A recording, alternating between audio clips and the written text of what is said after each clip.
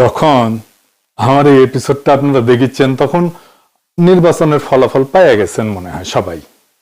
BNP যা predict করেছিল তাই সম্ভবত পাইছে 200-র বেশি সিট, কোথায় যেন দেখলাম 208টা। বিএনপি সরকার গঠন করবে। আমাদের তো বিজয়ী দলকে মুক্ত কণ্ঠে অভিনন্দন জানানো উচিত, তাই না? কিন্তু জানাইতে পারতেছি না মুক্ত কণ্ঠে।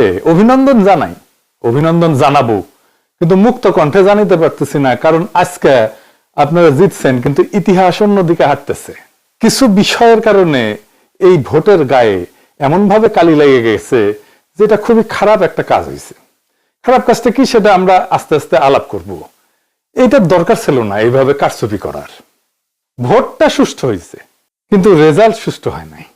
10:30 পর্যন্ত রেজাল্ট আসতেছে মোটামুটি 2 জোট পাশাপাশি আগাইতেছে, 3-4টা সিটের গ্যাপ, কখনো এই জোট একবার আগায়, কখনো আরেক জোট একবার আগায়, তারপরে সব বন্ধ বেশ কিছুক্ষণ, ঘন্টা 2-1, তারপরে তত্তর করে বিএনপি আগে যেতেছে। আর জামাত জোট মনে হয় ঢাকার জ্যামে আটকেছে, আর নড়ে না, নড়ার চড়ার কোনো নাম নাই, ওইখানেই থাকলো। 40 থেকে বিএনপি 208 হইল। আচ্ছা বলেন তো, কখনো এইভাবে ডেটা ফাংশন করে? ভোটের সব তো ডেটা, অঙ্ক, এটা কি এইভাবে ফাংশন করে? মানে এটা বিজ্ঞানের কথা, ব্রেনটের কথা আর কি, এডুকেশনের কথা। এগুলো তো র্যান্ডম নাম্বার। যেভাবে ভোটের রেজাল্ট ঘোষণা করা হয়েছে এর কোনো প্যাটার্ন মানে নাই। আপনি এই ডেটা যে কোনো ম্যাথমেটিক্যাল স্ট্যাটিস্টিক্যাল মডেলে ফেলেন, তারপরে দেখবেন এটা ম্যানিপুলেশন হয়েছে। একদম সেই অঙ্কে কষে এটা বুঝাই দেওয়া যাবে। আমি বুঝাই বলি একটারে, ধরেন এটা 300 সিট, তাই না? 2 জোটের সাপোর্ট মোটামুটি কাছাকাছি। তো র্যান্ডম অর্ডারে সিট ডিক্লারেশনের যে ধারা একটার পর একটা আসতেছে, এইটা যদি আমি সাইমুলেশন করি, বারবার করে দেখি, ধরেন 1 লাখ বার করি, করে দেখবো যে কয়বার এরকম প্যাটার্ন আসে। প্যাটার্নটা কিরকম? যে 10:30 পর্যন্ত নেক টু নেক ফাইট চলতেছে, তারপরে টোটাল ফ্রিজ একদিকে, আর একদিকে ম্যাসিভ অ্যাক্সেলারেশন, দাম করে উঠে গেছে উপরে। এটা সম্ভাব্যতা কত? এটা সম্ভাব্যতা যদি 0-এর কাছাকাছি হয় তাইলে এটা কারচুপি। আমি অঙ্কটা করেছি, হ্যাঁ, অঙ্ক করলে, হ্যাঁ, আমাদের বাংলার মার্টিন লুথার কিং অঙ্ক ভয় পায়, তো আমি করেছি। যদিও আমি স্ট্যাটিস্টিশিয়ান না, তাইলে এইটা হওয়ার সম্ভাবনা 0। মানে 1,90,000 বিলিয়ন কোটি বার যদি আপনি এটা করেন তাহলে একবার আপনি এটার চান্স আছে।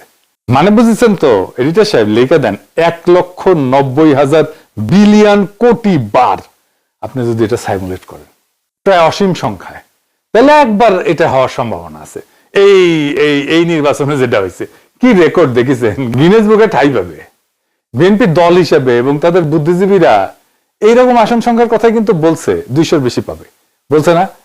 বলছে যে জামাত এনসিপি 80টার মতো পাবে, তাই হয়েছে।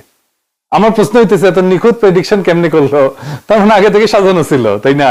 আচ্ছা, এই যে 208টা সিট যে পেল, এইরকম আওয়াজ কি বিএনপি ছিল যে 208টা সিট পাবে? ইলেকশনে মাঠে ছিল, বরং উল্টাটা ছিল। এই লেভেলে জিততে হইলে তো একটা ইস্যু লাগে রে ভাই, বড় ইস্যু লাগে, যে ইস্যুতে সারা দেশ র্যালি করবে। 2008 সালে ইস্যু ছিল বিএনপির দুর্নীতি, সেজন্য আওয়ামী লীগ জিতেছিল, এরকম জিতেছিল। 70-এর নির্বাচনে ছিল স্বায়ত্ত শাসন, এই জন্য মুজিব জিতেছিল। এইবার কি ছিল? Family card. মানে মানুষ পাগল লইয়া ফ্যামিলি কার্ডের জন্য ছাপ্পর ফাইরা ভোট দিছে। আপনারা সবাই দেখেছেন যে মামুনুল হককে বিজয় ঘোষণা করছে সব কটা মিডিয়া, তারপরে ওই খবর সবাই মুছে দিছে। তারপরে দেখি ববি আজাদ জয়, এরকম তো অনেক আসন হয়েছে। এমনকি তারেক রহমানের আসন হয়েছে, 3,500-এর ব্যবধান ছিল, 17টা কেন্দ্র বাকি ছিল গোনা, তারেক রহমানকে বিজয়ী ঘোষণা করে দিছে। তারেক রহমানের প্রতিদ্বন্দ্বী লিখছে, এটা আমি স্ক্রিনশট নিয়ে রাখছি। ওই সময় খুলনাতে মিয়া গোলাম পারোয়ার কত ভোটে হারছে জানেন? 2,000 ভোটে মাত্র। শুধু জামাত 5,000-এর কম ভোটে হারছে এরকম আসনের সংখ্যা কত জানেন? 53টা। মূলত এই 53টা আসনে কারচুপি করে হারানো হয়েছে জামাতকে। কেউ কেউ বলে এটা 70টা। জামাত তাইলে প্রকৃতপক্ষে আসনগুলোতে জিতছে, কিন্তু ডিপ স্টেট সংখ্যা কমায় কয়টা দিতেছে? 70টা না কয়টা যেন দিতেছে, খয়রাতি। এটা তো বিএনপির শক্তি না, এটা ডিপ স্টেট, আওয়ামী লীগ আর প্রশাসনের শক্তি। তার উপরে ভর করে তারেক রহমান দেশ চালাবে। কেমন চালাবে বুঝেন? আমাদের প্রতিপক্ষ তো বিএনপি না, আমাদের প্রতিপক্ষ BNP plus Awami League plus deep state plus India. প্রয়াত ডক্টর আলী আকবর খান অর্থনীতিবিদ ছিলেন, সাবেক আমলা এবং তত্ত্বাবধায়ক সরকারের উপদেষ্টাও ছিলেন সাবেক। ওনার একটা বই আছে, অবাক বাংলাদেশ, বিচিত্র ছলনাজালের রাজনীতি। ওটা উনি লিখছেন যে কিভাবে নির্বাচনের ফল বদলায় দেওয়া হয়। উনি লিখেছেন কারচুপি হয় ভোট গণনার পর্যায়ে এবং ফলাফল ঘোষণার ঠিক আগের মুহূর্তে। বুঝিস একই জিনিস ঘটেছে না? অধিকাংশ ক্ষেত্রে দেখা যায় ভোট গ্রহণ শেষ হওয়ার পর যখন গণনা শুরু হয় তখন বিরোধী দলের পোলিং এজেন্টদের ভয়ভীতি দেখায় বা প্রশাসনের সহায়তায় কেন্দ্র থেকে বের করে দেওয়া হয়েছে না? বের করে কুমিল্লা ৮ বরুড়ার একটি সমস্যা আমরা তুলে ধরেছি। সেখানে আজকে বিশেষভাবে ভোট শুরু হওয়ার কিছুক্ষণ পর থেকেই আমাদের 30টা সেন্টারের এজেন্ট থেকে তারা বের করে দেয়। রিটার্নিং অফিসারের পক্ষ থেকে দেয় দিচ্ছি করে এবং পদক্ষেপ নিচ্ছি করে কথা বললেও কোনো পদক্ষেপ তিনি কার্যকর করতে পারেন নাই। এখন পটুয়াখালী মির্জাগঞ্জে এরকম সমস্যা আছে। আপনারা শরীয়তপুরেও একটি সমস্যা আছে, সেখানে বিভিন্ন আসনের সমস্যা তৈরি করেছে তারা। গোপালপুরের অধিকাংশ কেন্দ্রে এজেন্ট বের করে দিয়েছে, এরকম তথ্য আমাদের কাছে এসছে।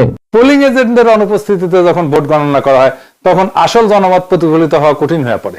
উনি লিখেছেন যে রিটার্নিং অফিসারের কার্যালয়ে, মানে যে ডিসি আর কি, সে রিটার্নিং অফিসার হয়। রিটার্নিং অফিসারের কার্যালয়ে ফলাফল পাঠানোর আগে যে সংকলন তৈরি করা হয় সেখানেই বড় ধরনের কারিগরি করা হয়। ফলে দিনের বেলায় দৃশ্যত শান্ত নির্বাচনও রাতের ফলাফল ঘোষণার সময় সম্পূর্ণ বদলে যেতে পারে। দেখেছেন, একই কথা কয়ে গেছে গুরুজন।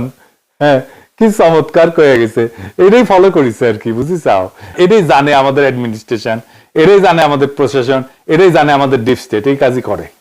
এই নির্বাচনের ফলাফল একটা ইন্টারেস্টিং জিনিস দেখায়।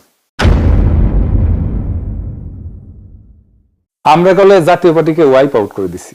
রংপুর ছিল জাতীয় পার্টির দুর্গ। আওয়ামী লীগ বিএনপি 35 বছর ধরে চিট ধরাতে পারেনি সেই দুর্গতে। আমরা এটা ফ্ল্যাট করে দিছি। আমরাই করছি, বিএনপি করে নাই। রংপুরে বিএনপি আওয়ামী লীগ কিচ্ছু করতে পারে নাই। সেখানে যে এনসিপি জামাত তাদের হারাই দিল, সেই এনসিপি জামাত দুর্বল না যে সারা দেশে হারিয়ে গেল? এই চিত্রটা, রংপুরের চিত্রই সারা দেশে হওয়ার কথা ছিল, হইল না। ডিপ স্টেট হইতে দিল না। এটা আসলে করার দরকার ছিল না। এই আকামটা করার দরকার ছিল না। ভোট খুবই সেন্সিটিভ জিনিস। মুজিব 1973-এ এই কিসিমের একটা নির্বাচন করে গাড্ডায় পড়েছিল। হাসিনা নির্বাচন না দিয়া এরকম কিসিমের নির্বাচন করে গাড্ডায় পড়েছিল। কাশ্মীর একটা নির্বাচনের ফল মানে নাই, এই জন্য অগ্নিগর্ভ হয়ে আছে কাশ্মীর না কতদিন থেকে। কি অবস্থা এখানে, এখনো শান্ত হয় নাই। আবারও বাংলাদেশে এই কাজ করা লাগলো, এ তো লজ্জা হয়ে থাকবে।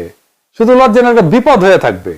এই কালি গা থেকে যাবে না বিএনপির। এবং যারা ইঞ্জিনিয়ারিং করছে তাদের কাফারা দিতে হবে। এই জন্যে যে জামাত এনসিপি তো কম ভোট পায় নাই। হিসাব করে দেখেন পার্সেন্টেজে এই লোকগুলোর উপেক্ষা করবেন কিভাবে? আপনি জিতলে অসুবিধা নাই, জিতেন, ভোট নিয়ে যেতেন। যতগুলো সিট জনগণ দেয় সে কয়টা নিয়ে খুশি থাকেন না। আপনার অ্যাবসলিউট মেজরিটি লাগবে। লিসে হাউস তাই লিসে।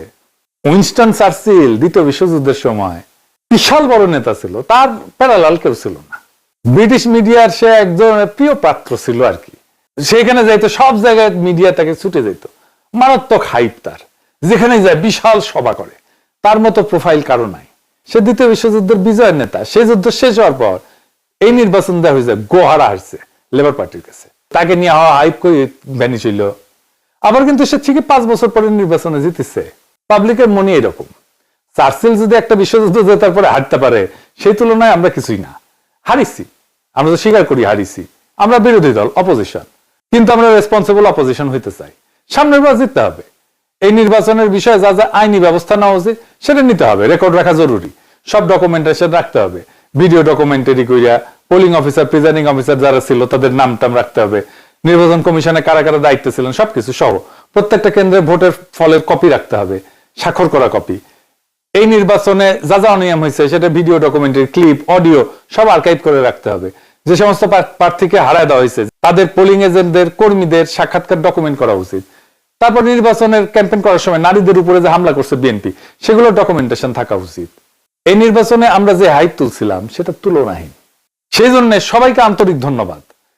অসম্ভব কাজ করছেন আপনারা। কিন্তু সেটাকে ব্যালটে নিয়ে যাওয়ার জন্য যে আরো কিছু করণীয় ছিল সেটা আমরা ঠিক মতো করতে পারি না। এটা স্বীকার করা ভালো, বা করতে পারি নাই। ভোট কেন্দ্রগুলোতে পর্যাপ্ত কর্মী দেওয়া যায় নাই। বেশ কিছু আসনে বিদ্রোহী প্রার্থী ছিল, এটা আমাদের জন্য সমস্যা করছে। কোনো মিডিয়া নাই আমাদের সাথে, কেউ আমাদের কথা বলে না, লিখে না। ইলেকশন ক্যাম্পেইনে ইন্ডিয়া ইস্যু যেভাবে আসা দরকার ছিল সেভাবে আসে নাই। আমি জানি না কেন ওনারা আনেন না। ইন্ডিয়ারে অখুশি করবেন কিনা, ইন্ডিয়া যদি অখুশি হয়ে যায় সেটা ভেবে যদি না বলে থাকেন তাহলে তাদের বিপদ। নারীদের একটা রিজার্ভেশন ছিল, এটা কাটে নাই। নারী ইস্যুতে একটা স্পষ্ট লিখিত অবস্থান নেওয়া উচিত ছিল, সেটা না হয় নাই। আর ঐক্যটা ঠিক মতো ক্রিস্টালাইজ হইতে পারে নাই, মানে একদম শেষ মুহূর্তে হয়েছে ঐক্য। আর প্রশাসন তো পুরাই বিএনপির অনুগত, তার আজ্ঞাবহ হয়ে গেছিল। এরকম একটা অবস্থায় জিতে আসা খুবই ডিফিকাল্ট। তারপরে ক্যাম্পেইনটাকে আমরা এমন একটা জায়গায় পৌঁছায় নিয়েছিলাম যেখান থেকে মনে হয়েছে যে আমরা জিতে যাব, এবং আমাদের তো খুবই ভালো রেজাল্ট করার কথা ছিল। বিএনপিকে জিতলে খুব মার্জিনালি জিততে হতো। এখন কি করা উচিত জামাত এনসিপির? এখন করণীয় হইতেছে তিনটা রাজনৈতিক এজেন্ডাকে কেন্দ্র করে জোটের রাজনৈতিক ভিত্তিকে সংগঠিত করা। এক নাম্বার, একটা রেসপন্সিবল অপোজিশনের ভূমিকা নেওয়া। আমরা রেসপন্সিবল অপোজিশন হইলে আওয়ামী লীগ ফেরার রাস্তা বন্ধ হয়ে যাবে। এখনই নতুন সরকারের বিরুদ্ধে আন্দোলন সংগ্রাম করে খড়গহস্ত হওয়া উচিত হবে না। আমরা দেখি কি ডেলিভার করতে পারে বিএনপি। এই সরকার চালানো বিএনপির জন্য হানিমুন পিরিয়ড হবে না, অত্যন্ত জটিল হবে সরকার চালানো। আর যা যা প্রতিশ্রুতি দিছে সেগুলো ডেলিভার করতে ওদের ঘাম ছুটে যাবে। জামাত এনসিপি আন্দোলন করলে বলবে ওদের জন্য আমরা কাজ করতে পারি নাই, দায় চাপিয়ে দেবে আপনার উপরে। দুই নম্বর হইতেছে এই বিএনপি শাসন চালাইতে গেলে ভুল করবে, মিস্টেক করবে, অত্যাচার করবে, নিপীড়ন করবে, নির্যাতন করবে। আপনারা একটা হাসিনা টু রেজিম দেখতে পারবেন। সেইখানে আমাদের খুবই ক্যালকুলেটিভ আন্দোলন গড়ে তুলতে হবে। এই যে দেখেন, ইলেকশনে জিতে আওয়ামী লীগের স্লোগান দিতেছে বিএনপি, একটা দিতে শিবির ধরে ধরে জবাই কর।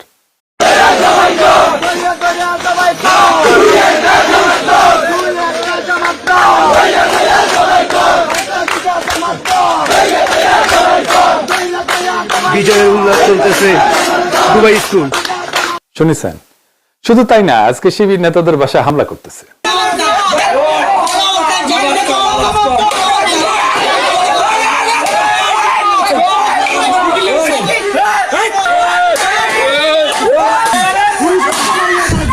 বিএনপির সন্ত্রাস,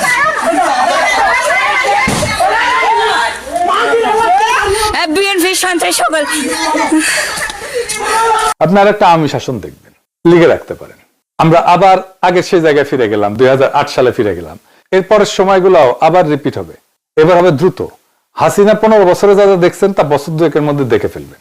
তারেক রহমানের যদি স্টেবিলিটি প্রায়োরিটি হইতো তাহলে ভোটটা তিনি ফেয়ার হইতে দিতেন। মানুষ একটা পরিবর্তন চাইছিল, তিনি পরিবর্তনটা ঠেকাই দিলেন। এবারে আদৌ পরিবর্তনকে ঠেকায় রাখা যায় না। আর 3 নাম্বার স্ট্র্যাটেজি হইতেছে আজকে যে শক্তি জামাত আর এনসিপির পিছনে দাঁড়াইছে সেই শক্তিকে সংহত কইরা পরের নির্বাচনের জন্য আজ থেকে প্রস্তুতি নেওয়া উচিত। এই নির্বাচন কিন্তু দেখাই দিল যে বাংলাদেশ এখনো গণতান্ত্রিক পরিপক্কতায় পৌঁছায়নি, কিন্তু এই ভোট প্রমাণ করলো একটা বিকল্প শক্তি উঠে এসছে। এই শক্তিকে আর থামানো যাবে না। আর বিএনপি যেহেতু আওয়ামী লীগ আর হাসিনার দেখানো পথেই যাইতেছে, তাই সে হাসিনার অন্তিম যে লক্ষ্য সেটার দিকেই যাবে। এটাই ইতিহাসের শিক্ষা। তবু আপনাদের জন্য শুভকামনা। আমরা লক্ষ্যে অবিচল থেকে আগায় যাব, জনগণকে সাথে নিয়ে যে আজাদির কাফেলা আমরা শুরু করছি তার সাথেই যাব। দেখা হবে রাজপথে।